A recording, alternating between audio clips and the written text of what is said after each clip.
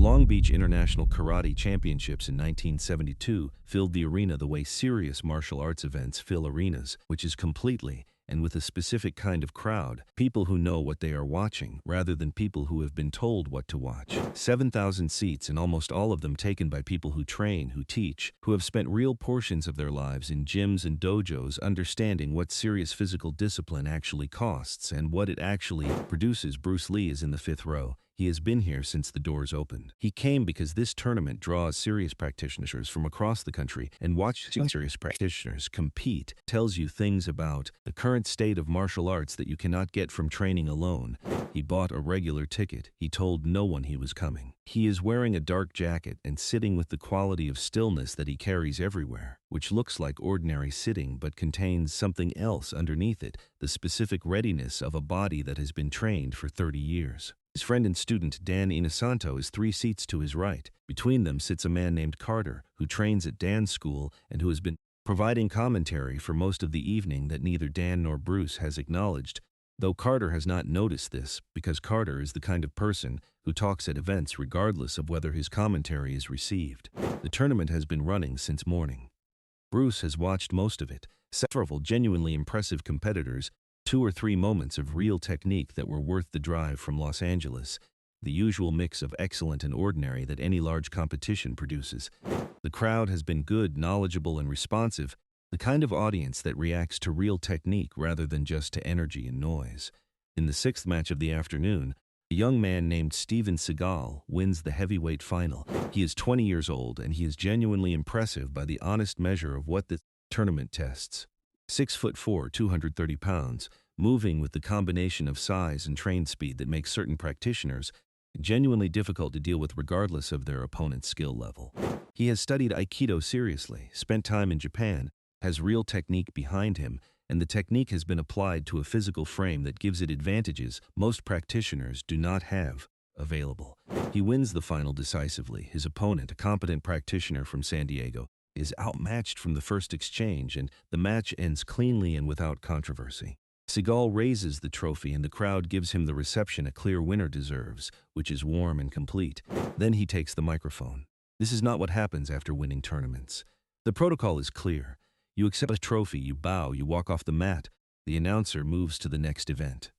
Taking the microphone means something else is happening, and the 7,000 people in the arena sit forward, because 7,000 people simultaneously understand when something has moved off its expected track. Seagal holds the trophy in one hand and the microphone in the other, and he thanks his instructors and his training partners and the tournament organizers, and he does this with genuine feeling and correct protocol, and for about 45 seconds everything is normal. Then he says something else. He says that he has been thinking about martial arts in America, about the state of it, about what gets called serious and what actually is serious. He says that he is trained in Japan, that he has seen what genuine Aikido looks like in the hands of people who have devoted their lives to it, and that returning to America he finds a gap between what is claimed and what is demonstrated. He says this without specific target yet, and the crowd listens with the uncertain attention of people who can feel a destination coming, but cannot yet see it. Then he says Bruce Lee's name. He says it with care, in the specific way people say names when they are building to something and want the name to carry the weight of the something. He says that Bruce Lee is the most famous martial artist in the world right now, that Enter the Dragon has made him a phenomenon, that people across America believe they have seen real fighting when they have watched his films. He says this is a misunderstanding. He says that film is film and fighting is fighting, and the two things operate under different conditions and produce different results, and that the confusion between them has been damaging to serious martial arts in America. He says that he means no disrespect. Then he turns and points directly at row 5. Bruce Lee is in this building tonight, he says. I know he is here. And I want to say to him directly and to the 7,000 people in this arena that I would like to find out what is true. 1 round. That is all. Come on to this mat and let us find out what Kung Fu actually does against someone who is actually trained, actually fighting, not cooperating with a camera. He pauses. You will not last 1 round. The arena makes the sound that arenas make when something has happened that everyone present will be describing to other people for years. Not a cheer, not a boo. Something that contains both and also contains simple disbelief at the audacity of what just occurred. At a 20-year-old tournament winner pointing at Bruce Lee in the 5th row and telling 7,000 people he will not last one round. Row 5 is very still. Dan says nothing. Carter, who has been talking since the doors opened, has stopped. The people around Bruce are looking at him with the specific attention of people who are watching someone receive a public challenge and are waiting to understand what receiving it looks like. Bruce is watching the ring. His hands are on his knees. His expression has not changed. The tournament director, a man named Ed Parker, who has been running this event for years and who has seen many things in martial arts arenas, is already moving toward the mat with the expression of a man whose tournament has just departed from his control. He is calculating. He is weighing the promotional mathematics of what is happening against the responsibility of his position and the physical well-being of everyone involved. The mat, Seagal is still holding the microphone. He is 20 years old and he has just won a major championship, and 7,000 people are looking at him, and the momentum of the moment has a specific gravity that is difficult to step back from once it has been entered. Bruce stands up. The recognition moves through the arena in exactly the way recognition moves when someone has been anonymous in a crowd and stops. Being anonymous, row 5, row 4, row 3, the floor, the sections, the balcony, all of it turning toward the 5th row where Bruce Lee is on his feet in a dark jacket, looking exactly like a person who was watching a tournament, which is what he was. The sound that goes through 7,000 people is not describable as a single emotion. It is surprise and anticipation and the specific feeling of being present at something that was not scheduled and cannot be undone, and which everyone in the building understands they are going to be telling people about. Bruce moves out of the row and into the aisle. He walks toward the mat with no alteration in pace, no performance of anything. The walk is the same walk he walks everywhere, which has economy in it and presence in it and nothing extra. At the edge of the mat, Ed Parker steps toward him. Bruce Parker says, and his voice has the quality of a man who is simultaneously trying to prevent something and trying not to prevent it, which is the voice of someone whose instincts are pulling in two directions at equal force. Bruce looks at him. How long has he been training? Parker blinks. Since he was 13, he says. 7 years, Bruce nods. He steps onto the mat. The arena's noise level does something that noise levels do when a situation has passed the point of return, which is that it peaks and then drops into something lower and more concentrated, the noise of people who are no longer reacting to what is happening, but watching it fully and completely, giving it everything. Seagal watches Bruce cross the mat toward him. He is 6'4" and Bruce is 5'7", and the measurement between them is visible and real, and 7,000 people register it. Seagal has the physical confidence of someone who has always been the largest person in most rooms and who has built real training on top of that foundation, and he holds himself with the specific quality of someone who does not feel the need to perform readiness, because the readiness is simply present. What he does not have and what he will not recognize as absent until several minutes from now is any accurate information about what he is actually facing. He has seen Enter the Dragon. He has seen film. He has formed conclusions from film the way everyone forms conclusions from film, which is to say partially and with the specific distortions that watching rather than experiencing produces. Bruce stops 8 feet from him. They look at each other. Bruce is reading. This is what Bruce does before any physical exchange, which is that he reads the person across from him the way serious readers read text, for meaning rather than just for words, for the information that is present beneath the surface of the visible.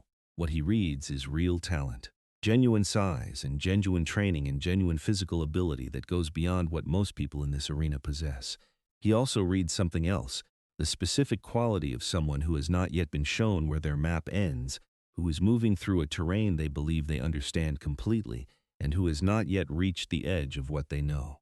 Seagal holds the microphone for another moment. He seems to understand that it is time to put it down, and he puts it down on the mat beside him. The referee, a serious man named Morrison, who has been officiating martial arts competitions for 15 years and who did not agree to officiate, this steps between them anyway because that is what referees do and because some situations require someone to be the person who establishes basic terms. Morrison looks at both men. Light contact, he says. This is a demonstration, no intent to injure. You stop when I call stop. Bruce nods.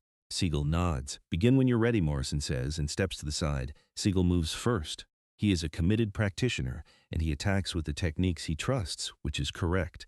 He comes forward with an Aikido entry, reaching for Bruce's wrist with the intention of establishing the grip that leads to the throw, the fundamental entry of a discipline he has trained seriously for 7 years. It is executed well, his timing is good, his commitment is real. Bruce's wrist is somewhere else. The movement Bruce makes is small enough that the people in the back rows see only that Seagal reached and did not connect. The people in the front rows see something more specific, which is that Bruce's wrist moved at a moment that preceded Seagal's reach rather than reacting to it, rotating away from the intended contact in a direction that the grip could not follow, and Bruce's free hand touching Seagal's forearm with a contact that is light and precise and redirects without blocking. Seagal's forward momentum carries him 2 steps past where Bruce was. He recovers well, turns back, resets. He is adjusting. This is what real training produces, the ability to update your approach based on what the previous attempt showed you. He tries a different entry, going for the collar with both hands, closing distance, trying to establish the physical reality of his size advantage. Bruce is already inside the grab. He has stepped towards Seagal rather than away, which is the answer that size-driven attacks do not prepare for, and Seagal's hands close on empty air while Bruce's palm touches his chest at the center. Light, deliberate, a demonstration rather than a strike. Seagal steps back. 3 seconds have passed. His expression is doing something that the people closest to the mat can see clearly. He is not rattled in the way that inexperienced people are rattled when something unexpected happens. He is genuinely processing, the focused processing of someone who received information they did not expect and is integrating it before continuing. This is one of the best things about him as a martial artist, the ability to think inside the situation rather than just react to it. He comes again. Different approach, lower, trying to use his body weight to change the geometry of what Bruce can do. He drives forward with his full frame, trying to make the engagement physical and close and dense in a way that size and weight make decisive.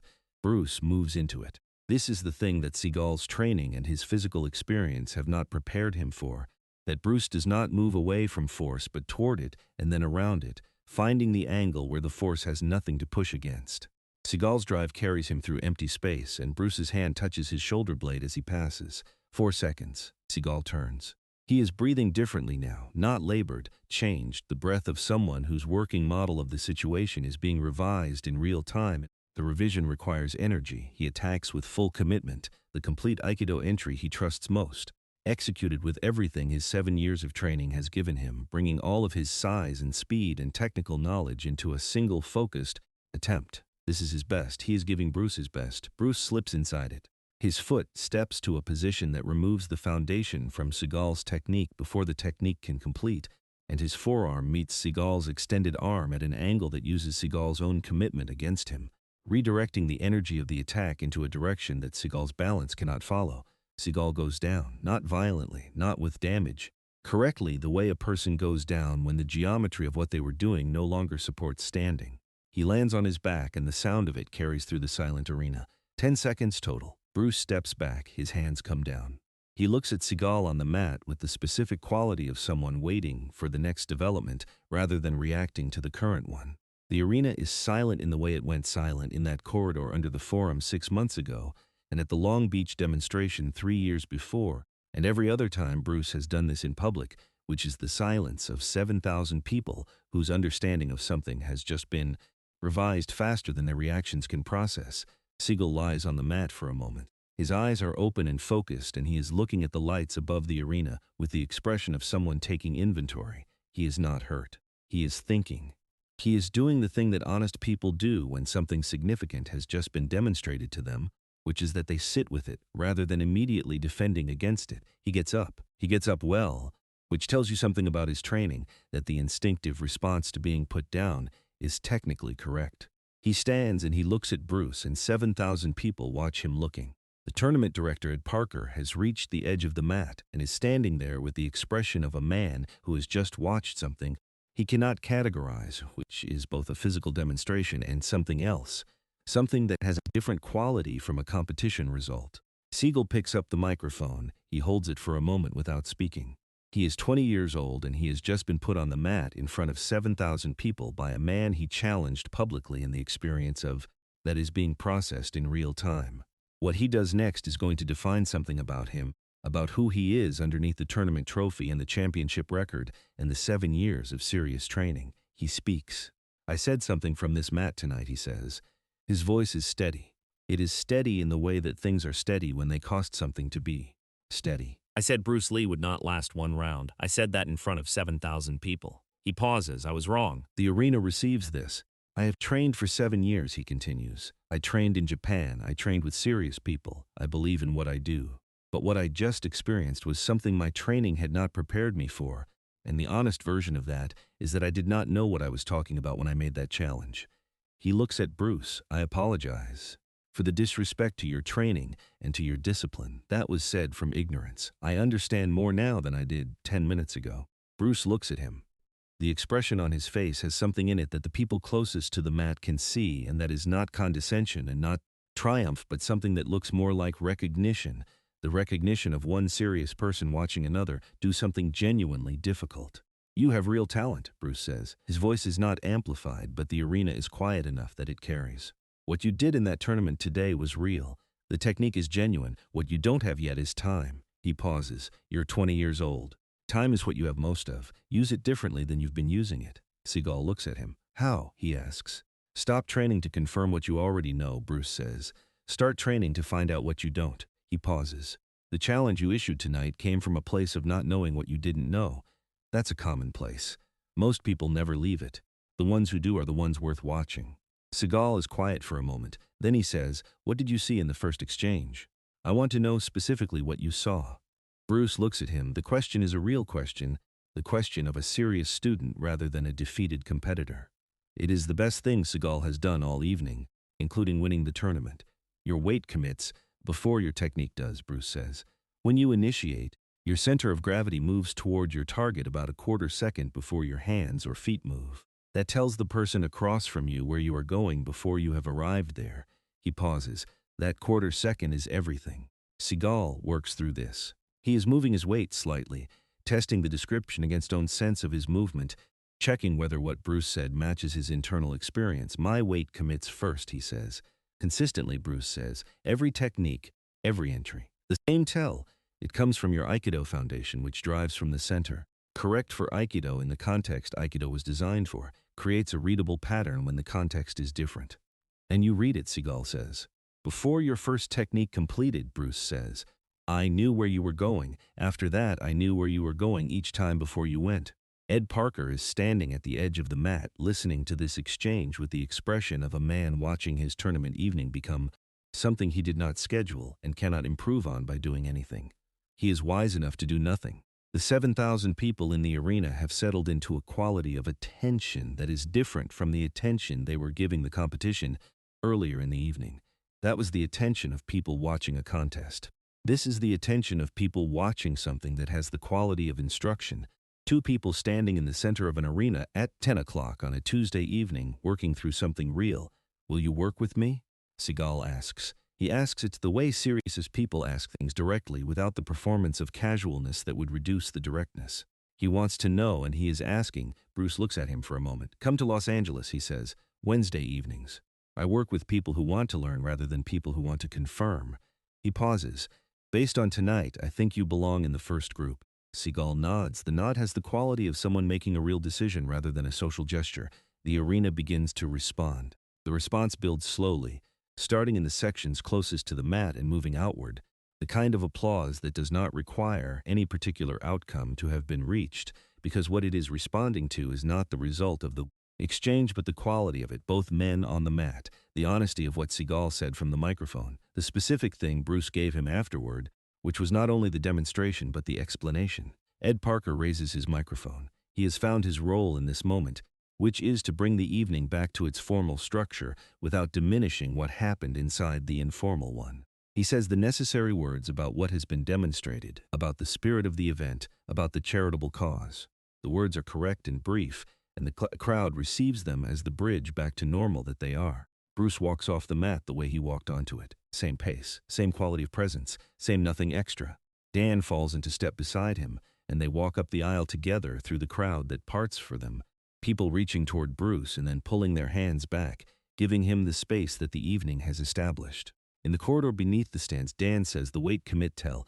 Has he got any idea how deep that goes? No, Bruce says. That's the work. He'll come Wednesday? He'll come, Bruce says. He says it with the specific certainty of someone who has just watched a 20-year-old make a genuinely difficult public choice and understood what that choice says about the person who made it. On the mat, Seagal is standing with Ed Parker and the tournament official and the referee Morrison. Morrison is saying something to him that Seagal is listening to with the focused attention of someone filing information rather than managing a conversation. Parker is holding Seagal's trophy, which got set down somewhere during the last 10 minutes and which Parker picked up because it needed to be held by someone and he was the one available. Parker hands it back to Seagal. Seagal takes it. He looks at it for a moment.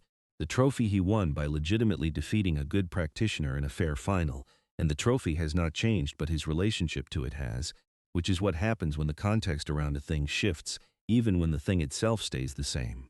He carries it off the mat.